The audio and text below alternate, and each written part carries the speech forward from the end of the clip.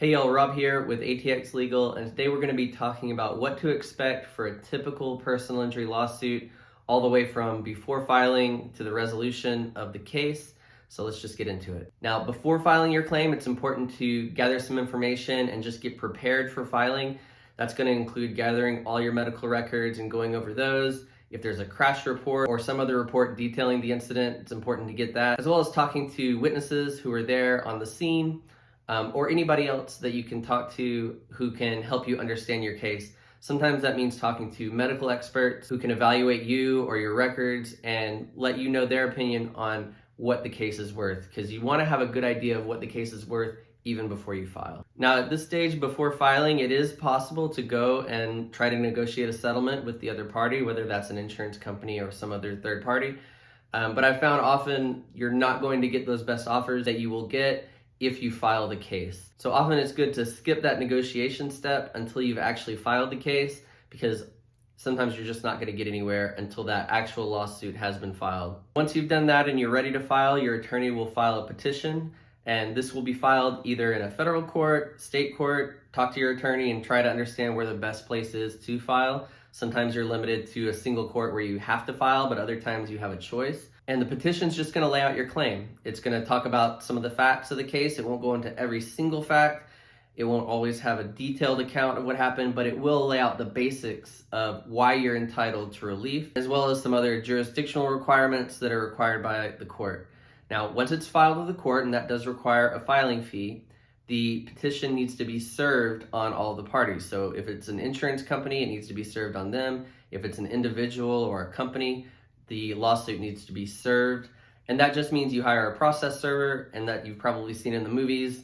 I think it was Pineapple Express.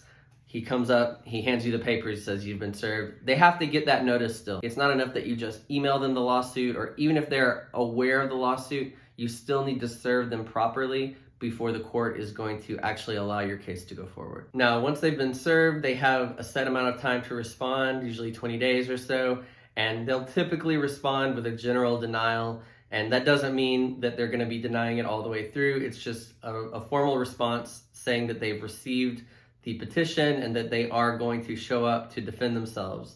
So if you see that general denial, don't let it scare you. It's not like they're saying they're not going to offer anything on the claim eventually. That's just a standard procedure once they've been served. And the next phase of the case will be the discovery phase, and that's where both sides can ask for documents, interrogatories, depositions. That's where you would subject yourself to answering questions by the other side. And it's just a way for each side to gather more information about the claim and move the case forward. Now, you don't always have to do depositions, because at this point and at any point in the case, you can be negotiating a settlement. And if you do have enough documents there that it satisfies the other side, they're often going to make an offer, and often a very good offer, before they've had those depositions, because you have to think those depositions are costing them time. You know, those attorneys can be very expensive. So if they can cut that process short early and not pay all those attorney fees, they are often going to offer a pretty good settlement that's going to be worth accepting. And that's why it's important, again, to know what your case is worth. So if that offer comes in that is a worthwhile offer, that is a good offer for your case, you can go ahead and accept it and end that process early, because an early win is better than a late win. Now, this discovery phase can take several months or even up to a year or more, depending on the complexity of the case, but it does vary wildly. So on a standard car accident case where fault has already been acknowledged, it might be a pretty quick process. But in a more complex case, if there's a lot of medicals and a lot of contrasting evidence that will have to be parsed through, those cases might take a year or more. Now, as the discovery process is completing and after it's complete, then it's a phase of just negotiation. So you're going back and forth with the other side. Sometimes you're going to want to attend a mediation. You have a neutral party that sits between the two parties and can help them sometimes come to an agreement that both sides are happy with. It'll be a compromise in the middle. You don't have to go through mediation. Sometimes you can go directly to trial, but mediation can often be helpful in arriving at a solution and not spending the time, money, hassle, heartache of going to trial. And if you can't come to a conclusion at that settlement and negotiation phase, then trial is going to be the last option. You know, at trial, it's everything that you've probably seen in the movies. You're going to be selecting a jury. There's going to be a lot of preparation for you as far as getting your testimony ready. The other side will have a chance to cross-examine you, and then we'll have a chance to put on witnesses as well, and those can be expert witnesses. And those experts can talk about anything from causation, what caused the accident, to the extent of the injuries. Whatever we need to prove for the case, those experts can be there to help along the case.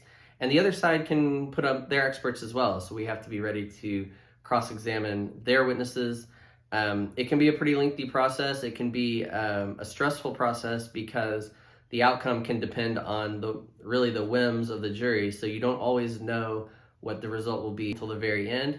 But oftentimes that's the way to get the very best verdicts. And if the other side is not being reasonable and they're not offering what the case is worth, sometimes the only way to get them to that number is to actually set it for trial and go to trial if necessary. Now, at the end of the trial, whoever is deciding, whether that's the judge or the jury, and you have a choice on that, will come back with a verdict, and that will be either who's at fault, or sometimes the other party has acknowledged fault, but the verdict is just going to be on the amount of damages. So they're going to come back with that number, and that number is going to be what the other side needs to pay. Now, in some cases, the judge will have a chance to knock down that jury verdict, or the other side could appeal it and go to the appellate court, who could potentially knock down that jury verdict or overturn the verdict if there was some problem with the way the case was decided. But in general, the jury verdict is the number that the other side will have to pay, and that's really the end of the trial unless it does get appealed. So that's just the general overview. Of course, I'm always looking to try to settle the case for what it's worth before going to trial. It's going to be quicker, it's going to be less expensive for everybody involved. So there's often a lot of pressure, in a good way, to get that case settled before you're going to trial, before you're rolling the dice in front of a jury. So I always think it's a win to get the case settled for what it's worth if you can do that before trial, because it does save a lot of heartache for everyone. Of course, none of this has been legal advice, but if you want legal advice on your specific case, you can reach out to us by calling the number above or reaching out to us at ATX.Legal.